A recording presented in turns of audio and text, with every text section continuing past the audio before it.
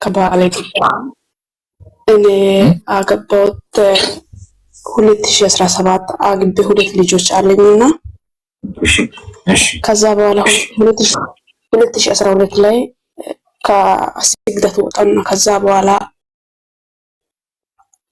ከወጣሁ በኋላ 2 ዓመት ሰርቼ አልሰራውም። 4 ዓመት 7 ዓመት እዚህ ነበርኩና ብዙ ነገር በቃ ባሌ እኔ ሲመጣው ሰዓት ምንም ነገር ሰላም ነበር። እዚህ ሲመጣ በኋላ ተቀየረና ሰው ብዙ ነገር ይነግራል፣ ብዙ ነገር ያወራል፣ ግን ሲጠይቅ ምንም ነገር የለም ውሸት ነው ይላል።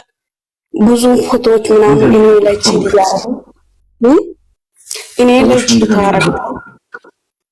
ታረጋል ሌላ ሴት ላይ አለ ብሎ ፎቶ ምናምን ሲልኩ ዝም ይላሉ።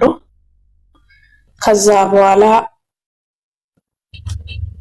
ምን ፎቶ ሲላክ ይሄ ውሸት ነው ብሎ ሁሌ ይዋሸኛል።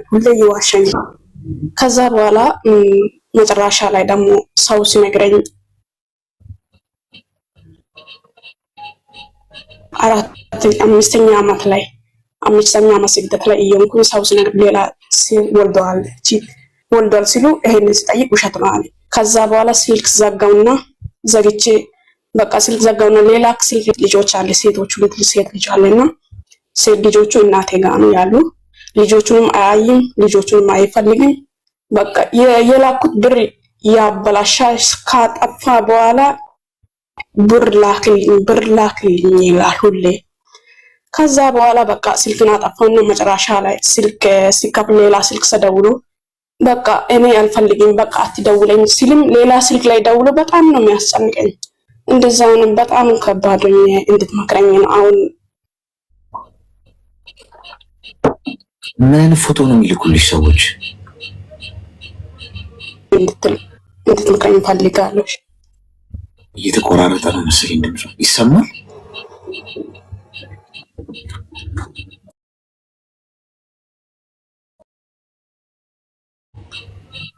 አራራ ፎቶ ልታረጋግጥ ባይሆን ይሰማል። ይሰማል። አዎ ይሰማኛል። ምን አይነት ፎቶ ነው የላኩልሽ ሰዎች?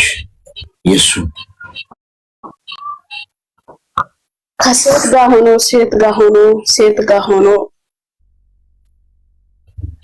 ይኩኛል ቀረጹ ሰዎች ሲላኩኝ ይሄ ምንድነው ሲል ይሄ ውሸት ነው ይላል። እሱ ደግሞ ቅኔ ብር ነው ውሸት ነው። ቪዲዮም ተለቋል። ሰው ይልካል ቪዲዮን ምናምን። ይሄ ደግሞ ውሸት ነው። እሱ ሲያሳይ ደግሞ ውሸት ነው። እሺ ውሸት ነው። ከዛ በኋላ በቃ አትደውለኝ ተወኝ እኔ ብዬ በቃ ሁሌ በቃ ብርን ላክልኝ፣ ለምንድን ነው አስቀመጨኝ? ብር ላክልኝ ይላል ሁሌ። ስለዚህ ብርንም አላክም ከዚህ በኋላ አትደውለኝ ሲል በቃ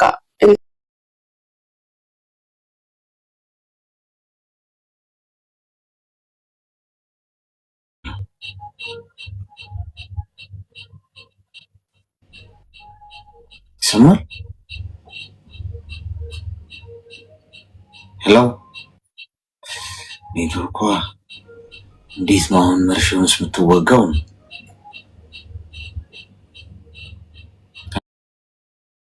ሄሎ ይሰማችኋል እናንተ? ይሰማል። ይሰማኛል እህቴ ኔትወርክሽ በጣም የተቆራረጠ ነው። ዋይፋይ ነው የምትጠቀሚው? ዋይፋይ ነው? አዎ ከዋይፋይ እየራቅሽ ነው መሰለኝ። ወደ ዋይፋዩ በደንብ ተጠጊ እሺ። አሁን ተጠግቻለሁ። እሺ ሚውት አድርጊና አዳምጪኝ።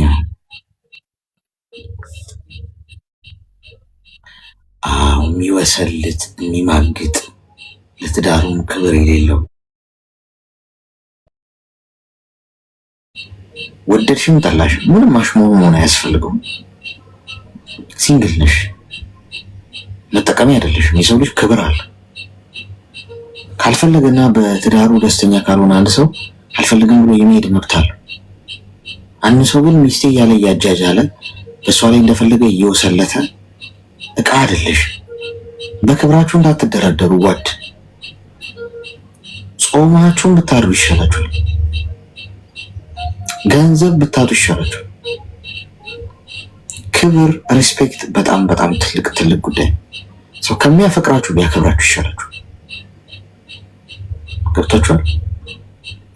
ገንዘብ ከሚሰጣችሁ የሆነ ነገር ምንም ነገር ከሚያጎርሳችሁ ምንም ነገር ሪስፔክት ካደረጋችሁ ትልቅ ነገር ነው።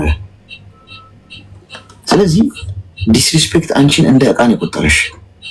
እንደፈለገ ከሴት ጋር የሆነ እንደገና ገንዘብ ላኪ አትላኪ ምን አጨቃጨቀሽ? ይናት ሰው ሀገር ነው ያለሽ። ከስደቱ ጋር ትታገይ፣ ከሱ ጋር ትታገይ። እንዴ ሰው ሀገር እኮ በጣም እኮ ትልቅ ፔን አለ እኮ። ያልገባቸው ሰዎች መረዳት ያለባቸው። አረብ ሀገርም ይሁን አውሮፓም አሜሪካም የትም ይኖር ሰው ስደት ላይ ፔን አለው። እሺ ሁሉም ሰው ዘነጦ ስለለብሶ ስለወጣ ተመችቶታል ማለት አይደለም። ወጡ እዚህ ጋር ቪዲዮ ስለሰራ ወይ አምሮበት ወፍሮ ምናምን ሰው ውስጡ ቆዳው ቢወጠር ውስጡ ከታመመ ምንም ፋይዳ የለም። ስደት ላይ ያለው መከራና ፈተና፣ ስትረሱ፣ ጭንቀቱ፣ ውጣ ውረዱ ማንም አይረዳሽም። እሱ ከሱ ጋር ትታገይ፣ እንደገና ከእንደዚህ አይነት ማሰባይ ከሌለው ሰው ጋር እንደገና ትታገያለሽ። ስራሽን ስሪ። ሰው ሀገር ነው ያለሽው። በቃ ይሄ ሰው አይሆንሽም። እሺ እኔና ለዛ ነው አሁን ኦልሬዲ አንዴ አግብታችሁ ሚዩት አድርጊ እስቲ ቁጭ አድርጊው ስልኩን። እሺ እኔናት አዳምጪው። እኔ እስክትጨርሱ ድረስ አዳምጠው። ከዛ በኋላ እኮ ማውራት እንዳይኖር ነው ደግሞ የማዳመጫ ደግሞ ሰዓት አለ። ገብቶሻል? ስለዚህ አንቺ ብዙ ገና ፈተና ይጠብቅሻል በሰው ሀገር ራሽን ለመቀየር ከምታገዩ ትግል ጋር። እንደዚህ አይነቱን ሰው የማይሆንን ሰው ተሸክመሽ እንደገና ሌላ ሸክም እንትን ማለት የለብሽ። ስለዚህ ከዛሬ ጀምሮ ምንድነው የምታደርጊው? ማብራራት አቁሚ፣ ስለሱ ማውራት አቁሚ፣ እሱን ማናገር አቁሚ። አለቀ። የምታገቧቸውን ሰዎች ምረጡ። ጓዶች ቆማችሁ ጥቀብ ይሻላል ትክክለኛ ሰው ጋር ተጋብታችሁ እንዲከመታሩ ማለት ነው። አንዳንድ ሰው እናንተ እሱ እስኪበሰል እናንተ ታራላችሁ። በቃ የሆነ የማይበስል ሰው አለ ታውቃላችሁ። ማለት ካገባህ እኮ በቃ ዳት ሲት አለቀ እኮ በቃ ሚስትህን ወዳት ነው ያገባሃት ኑር በቃ ምንም እኮ ይሄ መማገጥ መወስለት አናቷ ላይ ብዙ ነገር ማድረግ እኮ አይጠበቅብም። ካልፈለግ ካደሙ ቴንክ ዩ ቬሪ ማች መንገድሽን ቀጥይ፣ የራሷን ኑሮ ትኑር። አንተም ዝላል ከፈለክ ለምን ጣራ ላይ አትወጣም? ምንድነው አንዳንድ ሰው ከምንድነው የበቀለው አይምሮ ማሰራት? ይሄ እኮ እውቀት አይጠይቅም፣ ብቃት አይጠይቅ፣ ጻድቅነት አይጠይቅ። ጀስት ወንድ ነህ እንደ ወንድ ሪስፔክት መደረግ አለበት። ተለያይተህ እንኳን ሪስፔክት ልትደረግ ይገባል። የሆነ ሰው እንዲኖር ለህይወቱ ተውት እንጂ እንዴ ጎድተኸውም እንደገና ደግሞ በእጅ ይዘህ አንገላታኸውም እንዴት ይሆናል? አንዳንድ ሰው ከሴጣን ይበስ የለ እንዴ? ሴጣንስ እንደው በስማም ስትይ ምናምን እኮ ይጠፋል እኮ ጥሩ ነው ዘሎ ይሄዳል። የፈጣሪን ቃል እንደዚህ አይነቱ ሰው በስማም ምን ብትይ እኮ ምንም እኮ የማይገባው ሰው ነው። ደግሞ እኮ ይከራከርሻል። ደግሞ እኮ አሁን አንተሽ እኮ ታውጪ ልጅ እንደው ምስኪን ነሽ ታዝ ምናምን ብትይ የሚያወራው ደግሞ ነገር አለ። የኔ እናት እንደዚህ አይነቱን ሰው ታሸንሽ ነቅለሽ በማውጣት ነው። ልክ እንደ እንክዳድ ማለት አይሆንም። በቃ ህይወትሽ ውስጥ ሰላምሽን ምረጭ። ከእንደዚህ አይነት ሰው ጋር እሱ እስኪበስል ድረስ አንቺ ማረር የለብሽ። እርግፍ አድርገሽ ተይው። አትደውይ፣ ቴክስትም አታርጊ። እየሰራሽ የምትሰሪውን ገንዘብ ሴፍ አድርጊ። አገር ቤት ስትሄጂ እሷ ገና ሰርታ የምትመጣውን ብሎ ለመካፈል እጁን አጣጥፎ ነው የሚጠብቀው። ወይ እናትሽና አባትሽን እንትን በይና በራስሽ ስም ምንም ነገር እንዳታስቀምጪ ገንዘብ ሄደሽ ንቀው ከህይወትሽ ውስጥ። ከዛ በኋላ ህይወትሽን ቀጥይ። እንደዚህ አይነቱ ሰው እስኪበስል አንቺ መጠበስ የለብሽም። ለማይሆንሽ ህይወት መጨረሻ ጥሎሽ ለሚሄደው ተጠቅሞብሽ ለሚሄደው ተግባባን። ቆራጥ ሰው ሁኚ ከዛሬ ጀምሮ። አመሰግናለሁ አሌክስ፣ በጣም አመሰግናለሁ። ተባረክ። አመሰግናለሁ። አሁን መድኃኒቱ መስራቱን በምን እንደማውቅ ታውቃላችሁ? ባሏ መጥቶ ያጥረገረገኛል። ያ ለምጄዋለሁ። ቴንክ ዩ ሶ ማች የኔ ለምጄዋለሁ። ባሏ መጥቶ በዩዘር አንተ ጥላቢስ ዶሮ ከወንዶች ተርታ መቼ ነው የምትሰለፈው? እውነት ነው፣ እርግጥ ነው፣ እውነት ነው። ዲስሪስፔክት ማድረግ እስኪ